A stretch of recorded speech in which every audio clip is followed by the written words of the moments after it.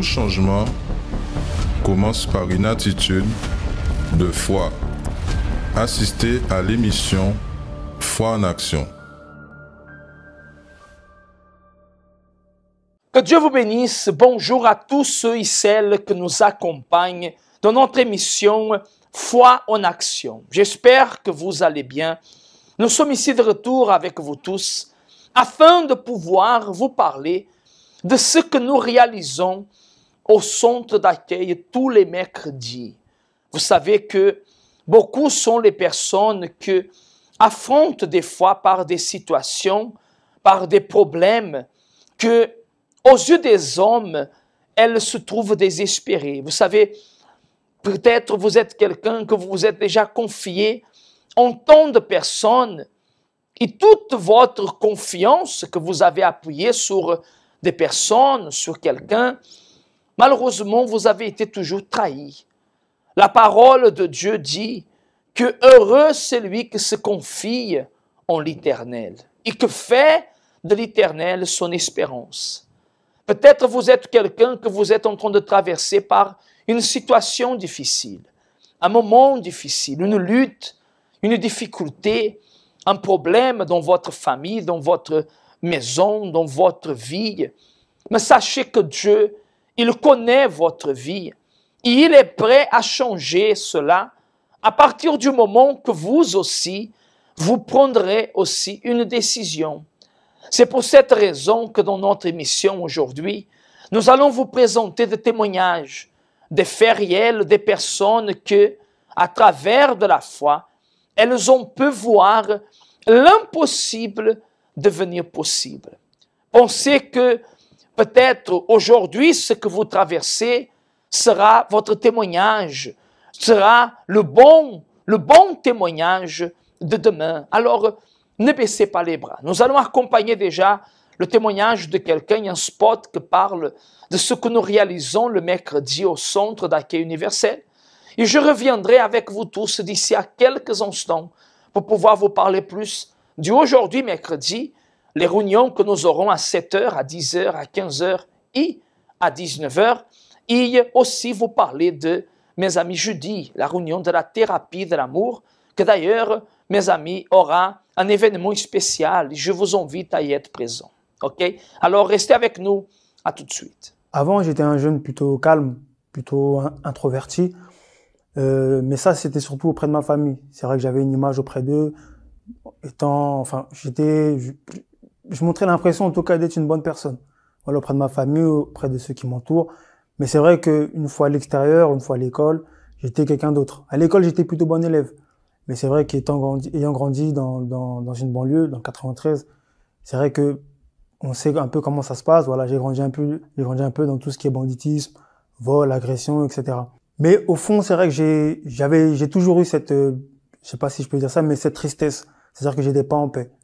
Je pouvais tout faire, j'avais tout, tout entre guillemets, bien sûr, mais je me sentais triste. Mais j'avais pas de raison particulière.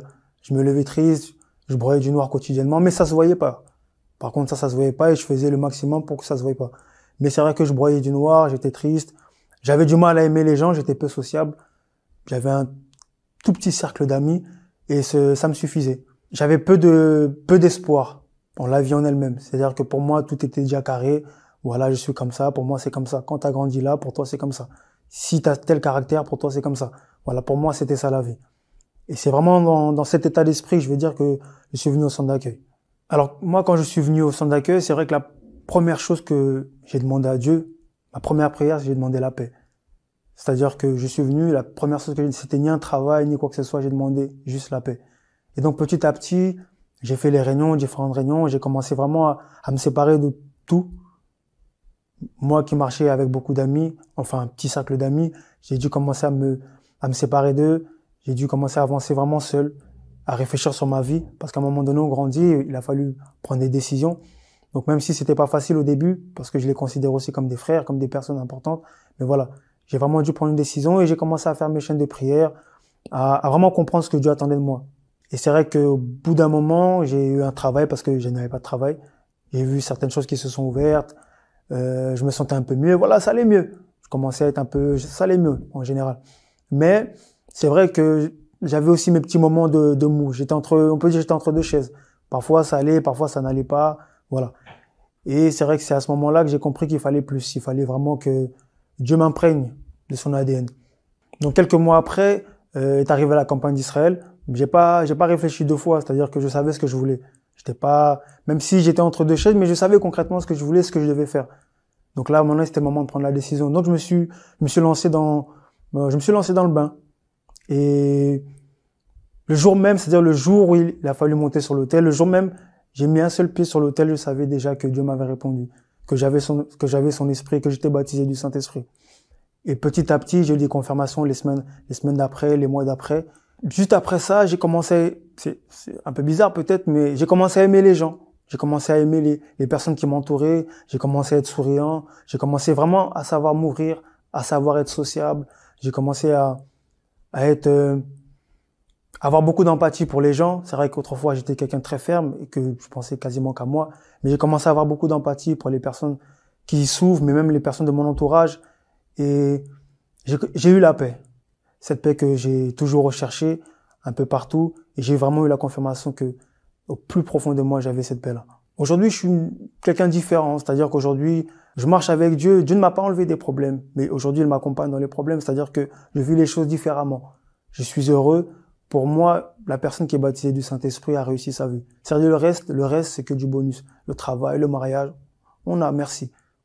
Mais le plus important, je pense, c'est vraiment avoir cette assurance-là, cette conviction inébranlable. Échange de vœux. Promesse faite. Contrat passé. La parole que l'on donne est précieuse, mais beaucoup, appuyés sur une parole donnée, ont été déçus de voir qu'elle n'a pas été honorée. Mais il y a une parole qui, elle, ne déçoit pas, qui est immuable et qui perdure depuis des millénaires. C'est la parole de Dieu. Et il fait toujours question de l'accomplir. Par la parole de Dieu, la terre a été créée. La mer s'est ouverte. Des aveugles ont retrouvé la vue. L'impossible est devenu possible. Cette parole a du pouvoir, et toute personne qui la prend pour appui voit les promesses honorées et les prophéties se réaliser. Et il répondit, « Heureux plutôt ceux qui écoutent la parole de Dieu et qui la gardent. » Tous les mercredis, dans l'école de la foi, venez apprendre à établir votre vie selon la parole de Dieu, qui est synonyme de vie, joie, salut. À 7h, 10h, 15h et 19h au centre d'accueil universel des Abîmes ou dans le centre d'accueil le plus proche de chez vous. Alors, en qui êtes-vous en train de faire confiance? À qui êtes-vous en train d'appuyer votre foi? La Bible parle que Dieu n'est pas un homme pour mentir, ni un fils de l'homme pour repentir dans ce qu'il a promis. Oui, Dieu il veut, il peut changer ce cadre lequel vous êtes en train de vivre. C'est pour cela que vous êtes notre invité spécial à venir participer de notre réunion. Aujourd'hui, à Baïf, nous aurons à 10h, à 15h et à 19h. Au 151, on passe Louis Blériot, mes amis, derrière le Super U.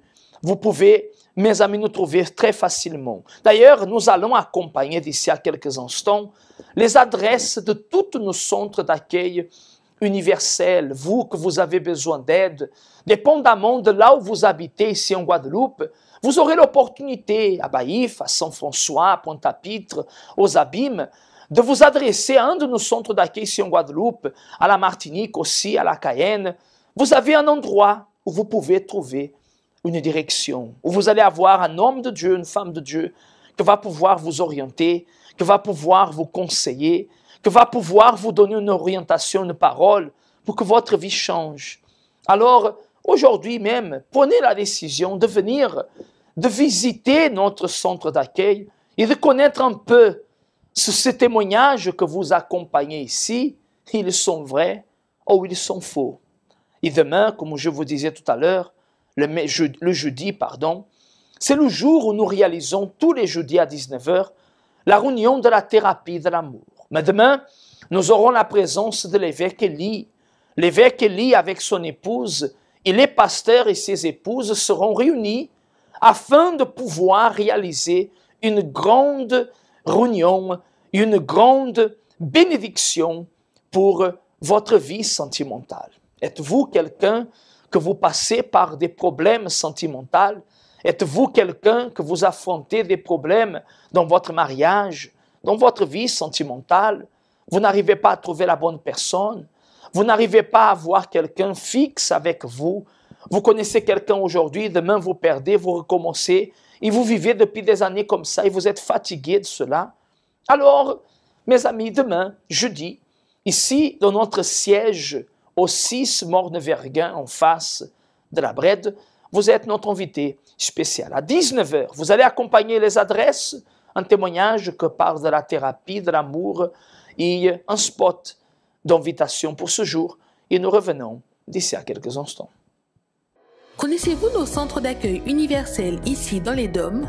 Notre siège est situé en Guadeloupe, aux Abîmes, au 6 Morne-Verguin, en face de la Brède, entre le KFC et le McDonald's. Nous avons aussi nos centres d'accueil à Pointe-à-Pitre, au 29 quai Lefebvre, en face du parking du port. À Baïf, au 51 impasse Louis Blériot, Zac des Pères Blancs, derrière le Super U. À Saint-François, à la rue Charles Junon, à 100 mètres du marché de la Rotonde. Nous sommes aussi en Martinique, au 42 rue Garnier-Pagès, proche du Leader Price à Fort-de-France. Mais aussi en Guyane française, à Cayenne, au 19 zone artisanale Galmo, proche de l'entrée du CFA. Ainsi qu'à Kourou, au 1 rue du Levant, proche du Lip Service Ting.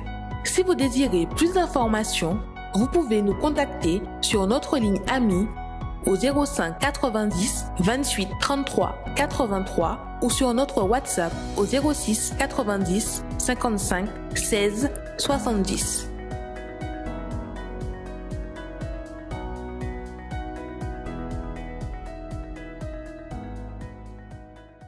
Bonjour, je m'appelle Jonathan. Je suis arrivé au centre d'accueil universel grâce à mon père. Après une vie sentimentale détruite, j'ai parlé longuement avec lui avant de passer au moment fatidique pour mettre fin à ma vie ou à la vie de la mère de mes enfants. Il m'a amené au centre d'accueil universel. L'état de ma vie sentimentale, c'était vraiment détruite en fait. Et après 8 ans de vie commune avec la mère de mes enfants, elle est partie avec un autre homme. Et j'ai sombré dans l'alcool, j'ai sombré dans la débauche, mais je n'avais plus goût à la vie. Je me sentais mal, j'étais pas bien. Je faisais tout ça pour oublier les problèmes, oublier les soucis. Au centre d'accueil universel, pour changer ma vie, j'ai sacrifié, j'ai tout donné. En décembre 2016, quand je suis arrivé ici, j'ai entendu l'homme de Dieu dire que tout ce que nous faisons dans la vie, est-ce que c'est vraiment nous? Est-ce que nous vivons d'apparence ou est-ce que la personne que nous sommes, c'est vraiment nous? Et à travers des témoignages que j'ai vus que beaucoup de personnes ont pu changer à travers des sacrifices. J'ai dit que bon, là, c'est mon tour. Je n'ai plus rien à perdre parce que je ne voyais plus mes enfants, je ne voyais plus personne. J'ai dit que je n'ai plus rien à perdre, donc j'ai décidé de sacrifier. Et j'ai changé. J'étais totalement transformé. Bonjour, je m'appelle Diana. Je suis arrivée au centre d'accueil universel avec une vie complètement détruite parce que sentimentalement parlant, ça n'allait pas bien. J'ai enchaîné 2 vies sentimentales qui finalement étaient devenues une catastrophe. Familialement parlant, ça n'allait pas. J'étais dépressif.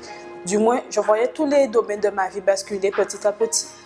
Le moment le plus difficile pour moi, c'est quand j'ai appris en fait que après être resté combien de temps avec une personne, rester à sacrifier, faire ce que la personne voulait, que cette personne m'a trompé avec la voisine d'en bas.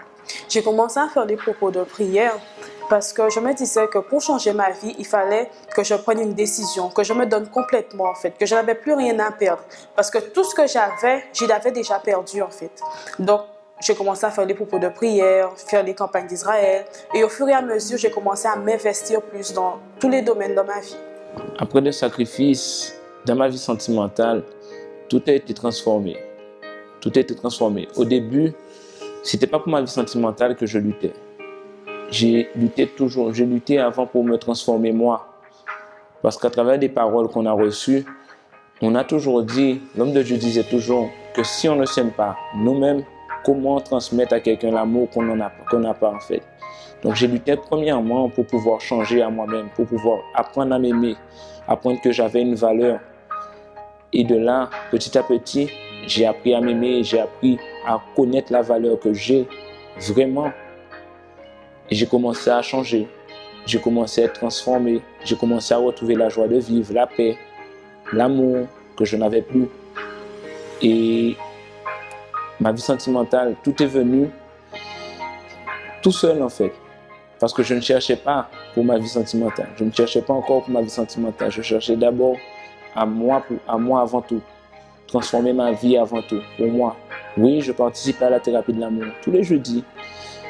Mais au début, je ne voulais pas venir. Mais quand j'ai commencé à venir, j'ai commencé à voir le changement. Parce que tout ce que l'homme de Dieu disait, ça me touchait personnellement. Mais je ne voulais pas comprendre. Je faisais semblant de ne pas vouloir comprendre ce que l'homme de Dieu disait. Mais tout ça me touchait personnellement. Et quand j'ai commencé à mettre en pratique, c'est là où j'ai vu le changement, la transformation. Après avoir fait la campagne d'Israël, quelques temps plus tard, il y a eu Jonathan qui était venu me voir me disant qu'il était intéressé.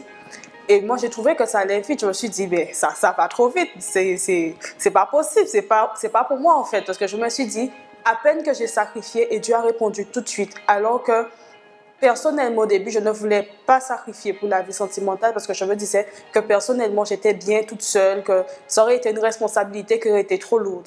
Et finalement, j'ai vu que c'est une bénédiction, en fait. Oui, je venais tous les jours à la thérapie de l'amour et j'ai beaucoup appris. Ça m'a permis de changer mon intérieur et à être prête moi-même mentalement. Oui, mariée et bien mariée. Franchement, je ne m'attendais pas à cela. Mais quand Dieu fait quelque chose, on dit que Dieu prend du temps, mais il ne prend pas du temps. En fait, il vient en temps voulu parce qu'il prépare la bonne personne pour nous, pour qu'on puisse se sentir bien, pour qu'on soit complémentaires. Aujourd'hui, sentimentalement parlant, je peux dire que je suis comblée, que je suis épousée. Ce n'est pas seulement un mari, mais c'est vraiment l'homme de Dieu qui me fallait, celui qui me complète en fait, celui qui va essayer de comprendre, même quand il n'a pas de moyen de comprendre, mais il va essayer de comprendre quand même. Donc je suis très bien mariée. Ça vaut vraiment la peine de sacrifier, de venir à la thérapie de l'amour et surtout de pratiquer en fait ce qu'on entend. Aux gens qui regardent la vidéo, venez participer le jeudi. Venez, n'ayez pas peur, venez participer parce que tout ce qu'on nous apprend à la thérapie de l'amour, c'est des bonnes paroles, c'est la vérité. Des moments où on n'a pas envie d'entendre cette vérité-là, mais c'est la vraie, c'est la vérité vraie. Et c'est comme ça qu'on avance dans notre vie sentimentale. Oui, je suis un mari réalisé, un père réalisé dans ma vie sentimentale. Tout va bien, ma vie sentimentale est bénie. Découvrez 10 raisons de participer à la thérapie de l'amour tous les jeudis. Première raison, guérir des blessures des relations passées. Deuxième raison, apprendre l'amour intelligent. Troisième raison, se préparer avant de connaître quelqu'un. Quatrième raison, savoir choisir une personne compatible. Cinquième raison, défaire les mythes des relations. Sixième raison, retrouver un amour perdu. Septième raison, apprendre à se valoriser. Huitième raison, restaurer un mariage en crise. Neuvième raison, devenir un meilleur partenaire. Dixième raison, blinder sa relation. Tous les jeudis, à 19h, venez recevoir des conseils pour votre vie amoureuse au Centre d'accueil universel des Abîmes, 6 Mont-Vergin, face à la Brède. Et voilà, mes chers amis, nous nous approchons de la fin de notre programmation, mais avant qu'on puisse terminer, j'aimerais alors vous laisser l'invitation et vous parler de dimanche. Vous allez accompagner un spot qui parle de dimanche. Tous les dimanches, pendant 7 dimanches, Ce dimanche-là, le 21, sera le dimanche, le troisième dimanche, que nous sommes en train d'inviter toutes les personnes à apporter le pain et l'eau. La Bible dit que Jésus est le pain de vie, l'eau de vie. Et dans la prière de notre Père, il dit, donne-nous notre pain quotidien. Peut-être il vous manque santé, force, paix, joie, bonheur, direction. Je vous invite alors à venir participer de cette réunion. Dimanche, dans chaque centre d'accueil, à 7h et à 9h30, moi je serai à Baïf, au 151, on passe Louis Blériot, et vous pouvez nous rejoindre dans ces horaires. 7h au 9h30, où vous allez être certainement bénis et vous allez recevoir la force pour vous relever, pour sortir. Vous allez avoir une direction pour que votre vie, elle puisse changer. Nous allons alors accompagner ce spot de dimanche, le spot de prière, et je reviens ensuite afin de réaliser la prière en faveur de vous tous. Ne quittez pas, préparez votre verre d'eau. Nous allons parler avec Dieu d'ici à quelques instants. Vous servirez l'Éternel, votre Dieu, et il bénira votre pain et vos eaux. Et j'éloignerai la maladie du milieu de toi. Dans cette promesse, nous voyons l'attention de Dieu envers ceux qui désirent le servir. Comme résultat de cette attitude, il répond tant aux besoins physiques qu'aux besoins spirituels. Ce dimanche, préparez du pain et une bouteille d'eau afin de les consacrer. Et à travers la foi, quand vous allez partager ces éléments avec votre famille, qu'il y ait la guérison de toutes les maladies et la bénédiction totale de votre foyer. Dimanche, à 7h ou à 9h30, dans le centre d'accueil d'hommes le plus proche de chez vous. Parler avec bon Dieu, c'est ça nous toutes besoin. C'est lui qui a nous force pour nous arriver à affronter toute difficulté qui viennent contre nous. Pareil en de l'eau, c'est moment à la prière. Seigneur notre Dieu, Seigneur notre Père, au nom de notre Seigneur et Sauveur Jésus-Christ, nous entrons devant ta présence, devant ta face, afin de clamer pour ceux qui en ce moment nous accompagnent et se trouvent malades, infirmes, opprimés. Seigneur, des personnes que peut-être ont perdu le goût de vivre, ont perdu l'envie de lutter. Des personnes, mon Dieu, qu'elles regardent autour d'elles et elles n'ont aucun goût, aucune envie de se battre. Des personnes, mon Dieu, qu'elles ont perdu la force même, la foi peut-être, certains, de que le Seigneur peut changer leur vie. Mais mon Dieu, le témoignage qu'elle vient d'accompagner prouve, il montre que le Seigneur n'a pas changé et que peut-être ce qu'elle est en train de vivre a une solution. Alors, mon Dieu, viens, il restaure, rétablit, relève. Mon Dieu, consacre ce verre d'eau pour que, au moment que cette personne va boire de cette eau, qu'elle reçoive vie, qu'elle reçoive force, qu'elle puisse, Seigneur Jésus, recevoir la paix dans son âme, dans son être. Seigneur, tu connais très bien la vie de toutes ces personnes. Tu connais mieux que quiconque d'autre ce que cette personne elle a besoin, mon Dieu, en ce moment. Alors, va à la rencontre de leurs besoins et qu'à travers de cette eau soit le point de contact pour qu'elle soit relevée, libre et bénie au nom du Seigneur Jésus. Et si vous y croyez, dites qu'ainsi soit-il. Amen et grâce à Dieu. Là où vous êtes, buvez de cette eau et soyez bénis par la foi. Et que la main de Dieu agisse dans votre vie. Qu'ainsi soit-il. Peu importe où vous êtes, à l'hôpital, à la maison, au travail, en prison, peu importe, Dieu il est avec vous. Il veut changer votre situation. Dieu il veut vous retirer de ce karma, de cette oppression, de cette souffrance. Alors n'hésitez pas. Nous à Baïf, 151, on passe Louis Blériot, derrière le Super U. Vous êtes notre invité spécial. Nous arrivons à la fin de notre émission. Ça a été un plaisir. Je remercie à tous et tous qui ont pu, mes amis, nous permettre d'entrer chez vous, Que le Seigneur vous fortifie et une très bonne journée. Découvrez notre nouveau site universeldom.fr pour avoir toutes les informations de nos centres d'accueil dans les dômes. Retrouvez les adresses des CAU les plus proches de chez vous, mais aussi des messages de foi. Et vous pouvez vous abonner à notre newsletter pour rester informé de toutes nos actualités. Vous pouvez aussi découvrir des expériences de transformation de vie, écouter la radio positive d'Homme en direct et toujours plus de contenu. Nous attendons à universeldom.fr.